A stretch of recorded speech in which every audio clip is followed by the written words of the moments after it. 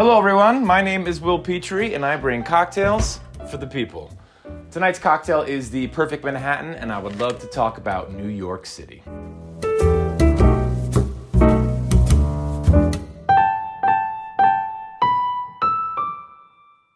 So I've lived in New York City for a little over 2 decades. Those of you privy to my cocktail deliveries of the past may remember that I come from Westchester County, 1 hour north of New York City, and I knew from a young age that I would be moving here.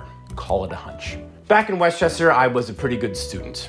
Now I know academics don't come easily for everyone, but for me, everything was committed to short-term memory. I learned the information I needed to learn, I soaked it all up, I would put it into practice at pre-scheduled intervals throughout the semester, and an A was often achieved. And then moments later, everything I had just learned was forgotten. Wash, rinse, repeat. I was the model student for the American Public School Standardized Testing Industrial Complex. I knew how to work for the A.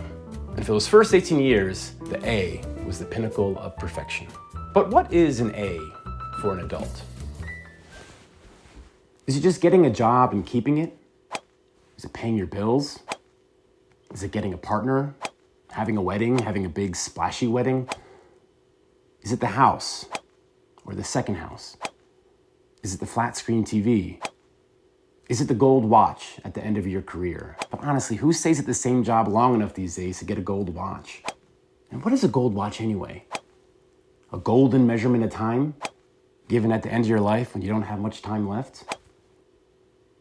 What is an A? And although I knew I would be moving to New York City, curiously enough, rigorous study of New York City was absent from my curriculum. I mean, I learned the basics in high school, right? New York City is the largest city in America. We are a center of finance, of culture, and of art, and that the island of Manhattan was bought from, and I'm quoting here, the Indians by the Dutch for roughly $24 worth of trinkets. Once I moved to New York City, however, I got a brand new education. I learned what side of the sidewalk to use if I'm walking slowly. I learned where to stand when exiting the subway if I got to use my phone. On the train, I learned how to give the strangers around me the most generous of millimeters as our bodies swayed like sardines hurtling through the darkened tunnels. With such limited real estate, we all become amateur modern dancers, moving our bodies with a hive mind synchronicity. With this ginormous humanity swirling around us, maybe getting your adult A is just navigating these city streets and getting through the day unscathed. And then in March 2020, I learned that the world could stop. I learned that the frenetic pace of New York City could slow to a crawl. I learned that overnight I could become unemployed. Hospitality gigs and performing jobs could just evaporate. I spent more time on my computer and I learned how to use Zoom. And for the first few months, I slogged through online plays.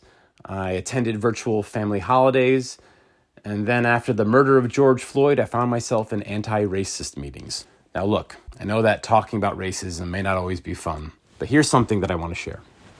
Before June 2020, I did not know what a land acknowledgement was. So these anti-racist meetings, we all log onto our computers, all on our little virtual windows, and each meeting would begin with a land acknowledgement, where you would say where you're from and then what ancestral lands you were also on. So a typical land acknowledgement goes something like this. Hi, I'm Will Petre. I'm bringing you a virtual cocktail delivery from up in the Catskills, and I'm on the unceded lands of the Lenape and Haudenosaunee. Now, I know I was late to the game, but my mind would often linger on the land acknowledgement, and what I mean is this.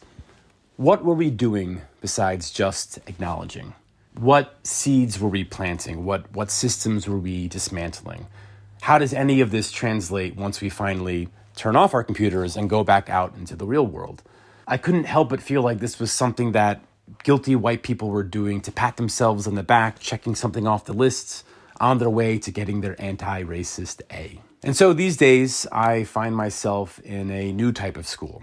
A school without grades, a school that I will be enrolled in for the rest of my life. And with all this information, new information to me, information not meted out in public school, here's one little piece I'd love to share for this evening. The Lenape of Manhattan, who supposedly sold the island to the Dutch in 1626 for $24 worth of goods, had no concept of ownership of land. as land was not an object in their mind that they thought could be bought and sold. And they took that exchange as a symbol of friendship, of cooperation, so that everyone could live on the island and eat and prosper. It's enough to make you turn to drink. Let's do that right now. And so, the perfect Manhattan. The Manhattan cocktail was created in the 19th century by some bartender in some bar in this borough of New York City we call Manhattan. So the Manhattan is an American cocktail, but fun fact, none of its components are. Rye is an American style of whiskey. Its origins come from Pennsylvania, but the art of whiskey distilling comes from Scotland and Ireland, and the process of distilling itself comes from Greeks in Alexandria, Egypt, in the 1st century AD. Angostura Bitters were created by a German scientist in Venezuela before political instability made the company pick up and move to Trinidad in 1875. Vermouth. Some people think that vermouth was created by an Italian gentleman by the name of Carpano in the 18th century, while others point to Hippocrates in ancient Greece. So altogether, all these ingredients create a Manhattan. Nothing American, everything American, New York City in a coupe. And here's what makes the Manhattan perfect. You cut the sweetness in half. A regular Manhattan is made with rye, sweet vermouth, and bitters, but a perfect Manhattan cuts the sweet vermouth in half and compensates with dry. Maybe perfection is not the glistening, saccharine idea of what we thought things used to be.